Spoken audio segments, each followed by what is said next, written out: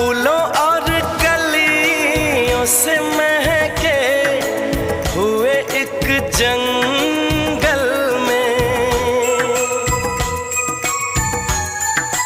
एक हंसी झील के साथ